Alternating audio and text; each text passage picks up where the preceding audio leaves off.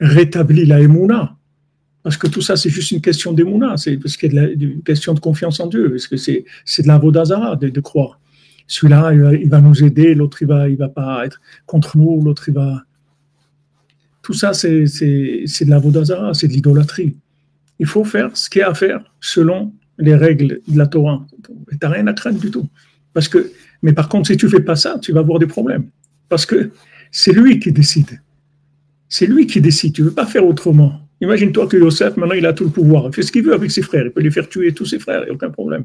Et même peut-être Al-Pi Alacha, il aurait pu trouver un accord avec l'Alacha, que ce qu'ils lui ont fait et tout, ils ont essayé de l'assassiner, donc c'est un potentiel d'assassin, etc. Il aurait pu les tuer.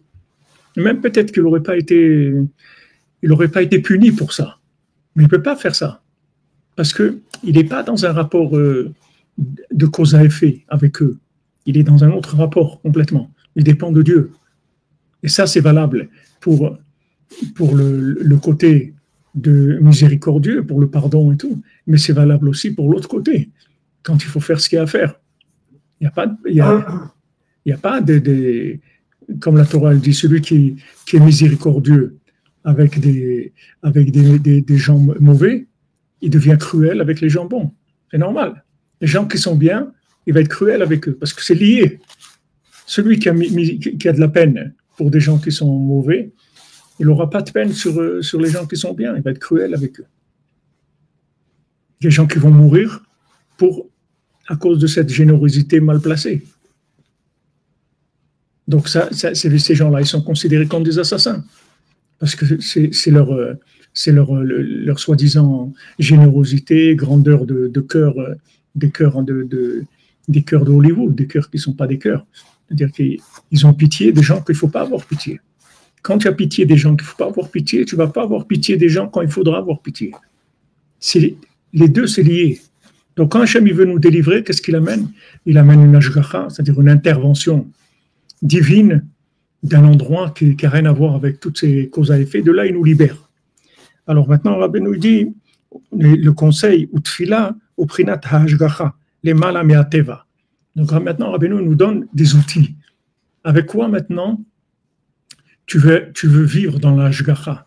Comment tu vas vivre dans la hashgacha? Avec la tfila.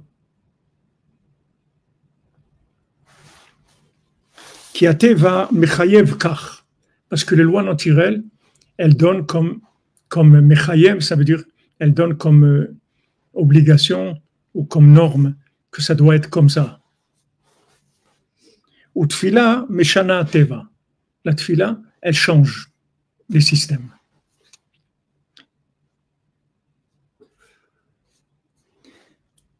Une fois, il nous avait dit le Rav Nosson Liebermensch, un Breslever, c'est un Talmid de Rav Levitsra, qui est, bon, Hachem, il est à Arichut Yamim, il doit avoir 90 ans au moins.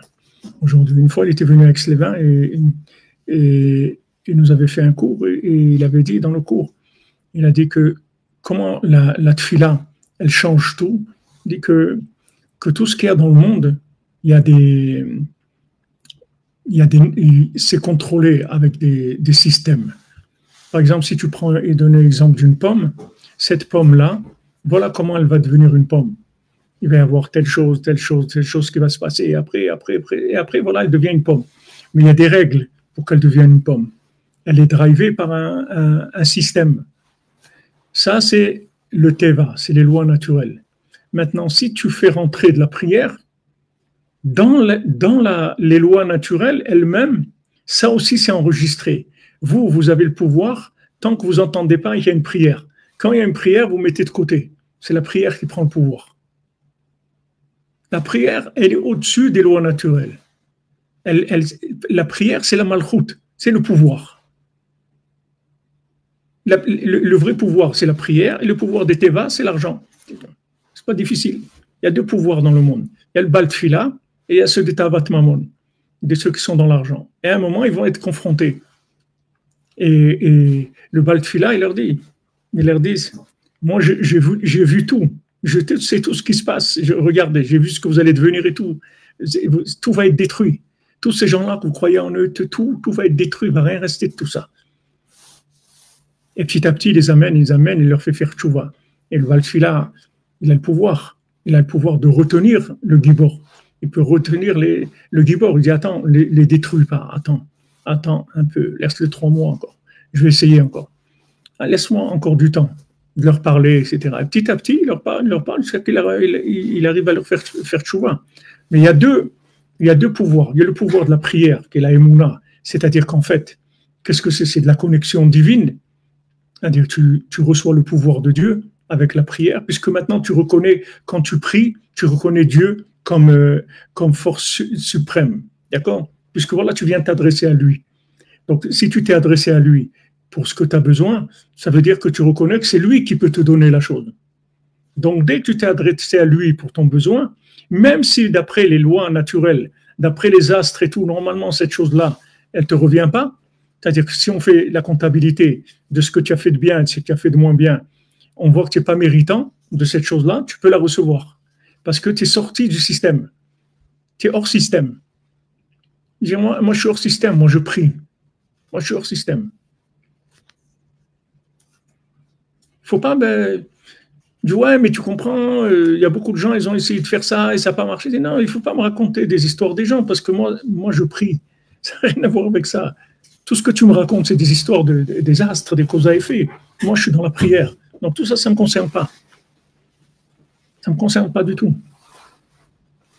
Comme on l'a dit hier, le Chacham, il dit, moi, je n'ai pas peur de toi. Mais si je prie, toi, tu vas avoir peur. C'est-à-dire, la prière, c'est ça, elle a le pouvoir de dépasser les lois naturelles. Qu'est-ce qu'il a dit à Abraham Avinu? D'après ce que tu vois dans les astres, tu ne peux pas avoir d'enfants. Mais monte au-dessus, tu vas voir que tu peux avoir des enfants. Donc, s'il peut avoir des enfants, de tout, tu peux tout avoir avec la prière. Ben, nous dit tout. Tu peux tout avoir avec la prière. Tout. Seulement, il faut y croire à la prière. Il faut y croire que c'est un pouvoir. Il ne faut pas faire la prière comme si c'est une récitation. Il faut que tu crois dans le pouvoir de la prière. Il faut que tu saches que la prière, ça a un pouvoir. C'est le pouvoir de Dieu, la prière. Ce n'est pas rien du tout. C'est-à-dire, celui qui prie, il est investi du pouvoir de Dieu.